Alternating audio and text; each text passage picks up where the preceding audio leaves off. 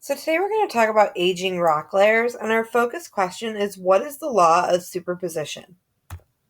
So first we're going to start with a reminder video about weathering and how it helps with this idea of sedimentary rock formation. The Yorkshire Dales National Park covers 1,500 square kilometres.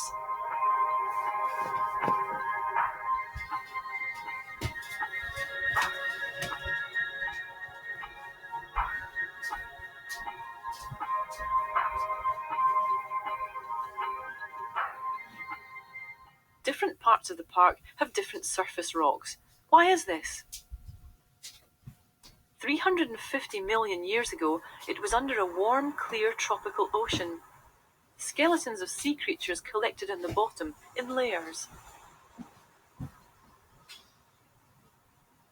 The sea became shallow and silty mud was laid down.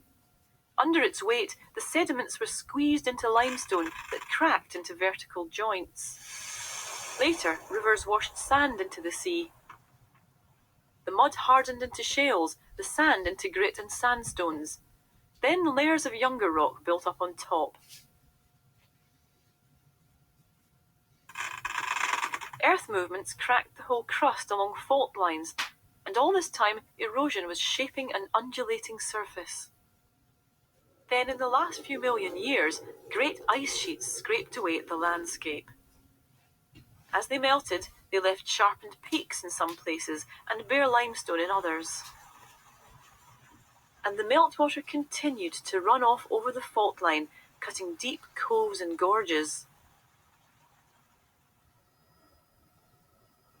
Since the last ice age, humans have changed the landscape too. If people hadn't settled here, this would be ash forest.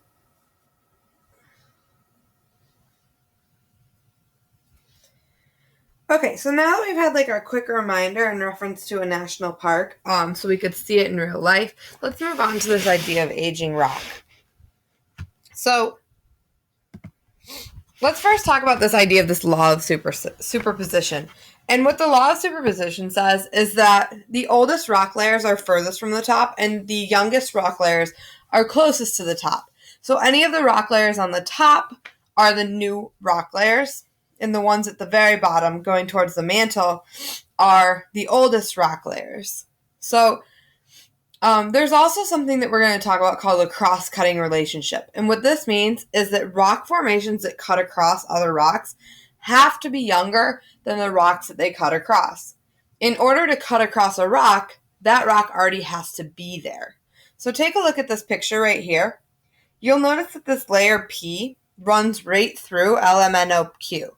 So what this means is that P is the younger of these 5 rocks in the bottom, or these 6 rocks, but it also means that all of these other rock layers, L through Q, must have already been in existence in order for P to cut across, because P cannot cut across a rock layer that does not exist yet. You'll notice that it stops at layer H, meaning that H, I, J, K were unaffected, and those are the newest rock layers going up to K. If we look at this picture here, we see this inclusion type thing again happening, where B is coming through E, but stopping at C, which tells us that E must have been in existence when B formed, meaning that E is older than B. But then since it stops at C, we can say that C is now newer than layer B. So, like I said, we have this law of superposition. It says the younger rocks are at the top, the older rocks are at the bottom. One of the things that you'll notice in this picture on the right is there's these fossils within this sedimentary rock. The further you go down into the rock layers, the older the fossils might be, and the older the organisms that they portray might be. We may find things that are extinct and no longer exist on Earth, going way back, way back into our geological time scale, back to the Cambrian and Ordovician periods. So when we talk about this idea of these inclusions, or these things coming through that can cross-cut, or just inclusions that can occur within the rock, we're talking about foreign bodies that are of rock or mineral that are enclosed within another rock. So it's just another type of rock or another type of mineral that's being enclosed inside of this other rock, and we call it an inclusion. There's two ways that we can age rock. So we can figure out the age of rock. And there's two ways that we do this. One is called relative age dating, and this is a way to describe the amount of years ago of one object or event occurred compared to another.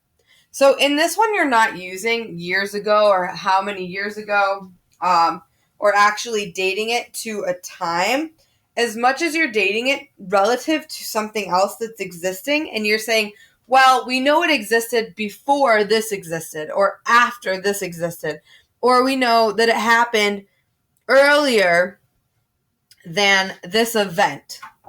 And you can do that based on the evidence that you find that supports that.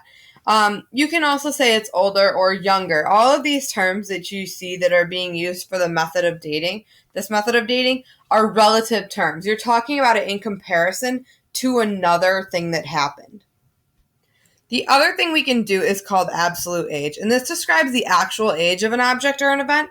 And in order to do this, you have to actually analyze the chemicals in the objects or the rock layers in which they are found using something called carbon-14 dating.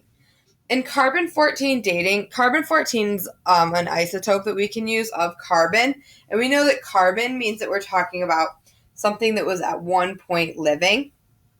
So you're going to analyze those chemicals, and you can get an actual age to millions of years ago, thousands of years ago, as to when something, an object or an event actually occurred, or when it was around.